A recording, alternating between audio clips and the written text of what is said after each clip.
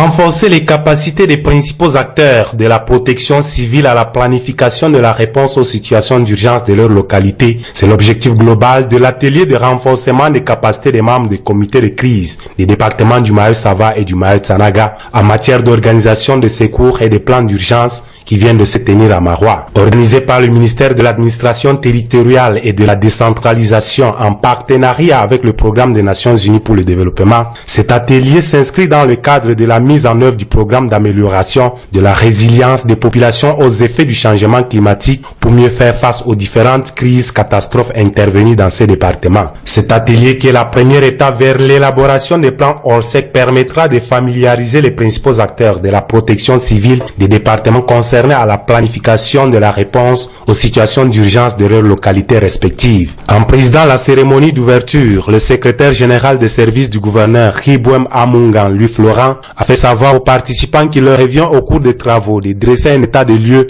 des différents risques auxquels leurs départements sont exposés, d'en évaluer l'impact et la possibilité de surveillance et de proposer les actions à mener en matière de prévention, de préparation, d'intervention et de réhabilitation. Bon à savoir, cet atelier est la phase préalable à l'élaboration des plans ORSEC proprement dit, au cours de laquelle les acteurs locaux, c'est-à-dire les autorités administratives et les élus locaux, sont formés en matière de gestion des catastrophes dans le contexte de changement climatique.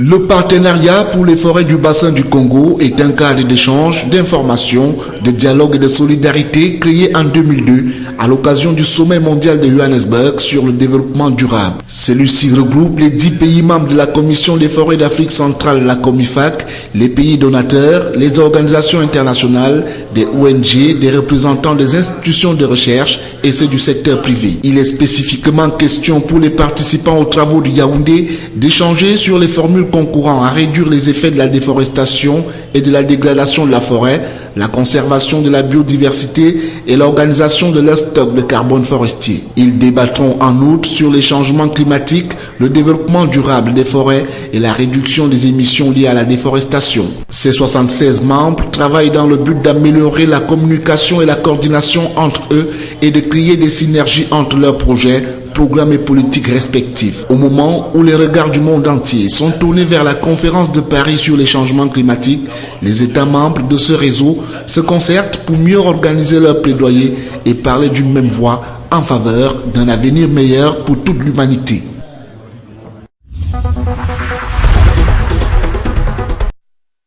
La région de l'Est compte plus de 5000 enfants réfugiés vulnérables et en âge scolaire. Beaucoup ne vont malheureusement pas à l'école pour plusieurs raisons. Tout d'abord, la crise centrafricaine qui a entraîné un flux migratoire important des jeunes enfants en âge scolaire. À la pauvreté, qui est l'une des causes réelles de la sous-scolarisation, s'ajoute le nombre élevé d'enfants sans acte de naissance. Quand on n'a pas d'acte de naissance, on n'existe pas. Donc c'est des enfants il faut tout faire et il faut vite faire cela pour que les enfants aient les actes de naissance. Ça c'est la difficulté majeure. Je vous fais grâce des difficultés d'autres matériels parce que nos personnes ne sont pas véritablement payées en ce moment précis. Il faut bien les prendre en charge parce qu'ils font du bon travail. Et si nous n'avons pas de partenaires, le projet risque d'échouer.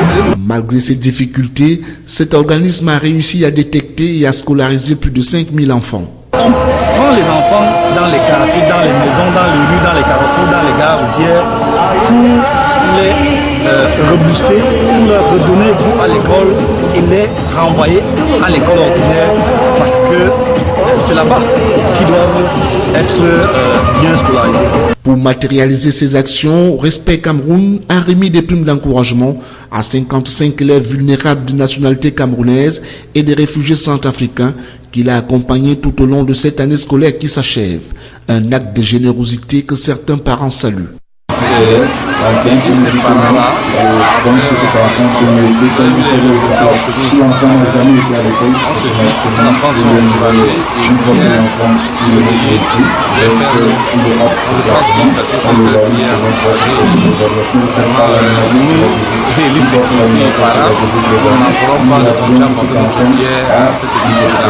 Des lendemains meilleurs s'annoncent donc pour ces jeunes enfants qui bénéficient aussi de l'appui de l'État camerounais à travers ces structures d'encadrement.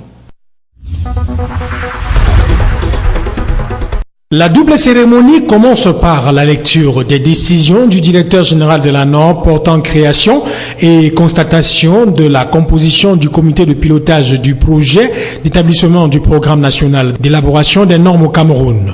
Ce comité fort de 21 membres qui a pour président Charles Boniface Boto-Angon, directeur général de l'ANOR, est chargé entre autres d'approuver le plan de management du projet, d'évaluer les performances de l'équipe de management et de prendre toutes les mesures correctrices en vue de la réussite du projet. L'objectif clé étant d'établir et diffuser un document pertinent définissant le programme national d'élaboration des normes en tenant compte des besoins des parties prenantes, des priorités socio-économiques et des priorités de l'État du Cameroun. Le programme national d'élaboration des normes est un document très important qui nécessite une mise en place particulière.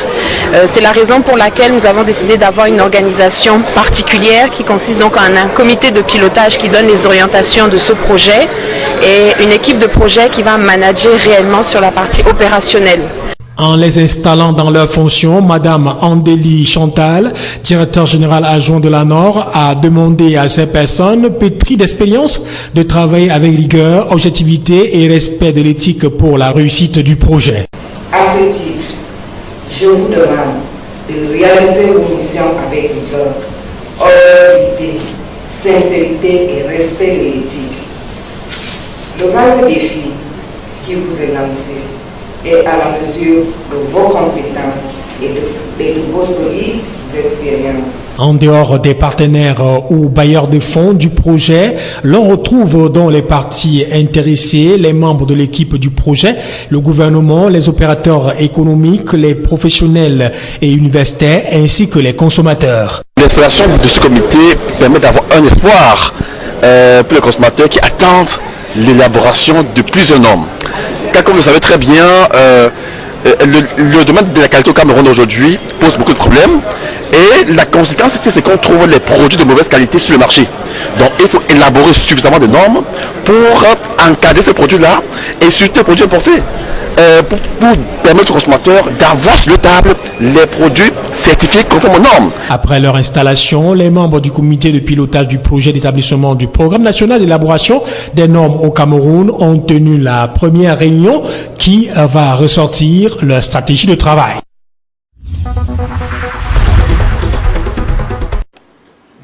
Le préfet du Fako Zantro a félicité le maire de la commune de Tiko, Mukondo Daniel Ngandé, pour les actions de développement prioritaires.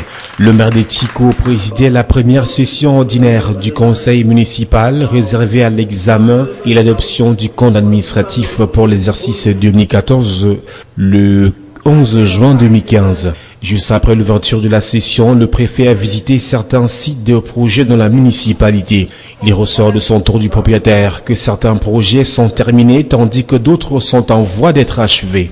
Le préfet, dans son allocution de circonstance, a décrit le maire de Tiko, Mukondo Daniel Ngandé, comme un homme d'action, un homme qui passe de la parole aux actes. Considération du compte administratif, je crois savoir qu'à la lecture des documents, le taux de réalisation, n'est-ce pas, des revenus a évolué, n'est-ce pas? Il y a eu une mobilisation des ressources qui sont collectées localement. Vous savez que c'était la première année de leur mandat.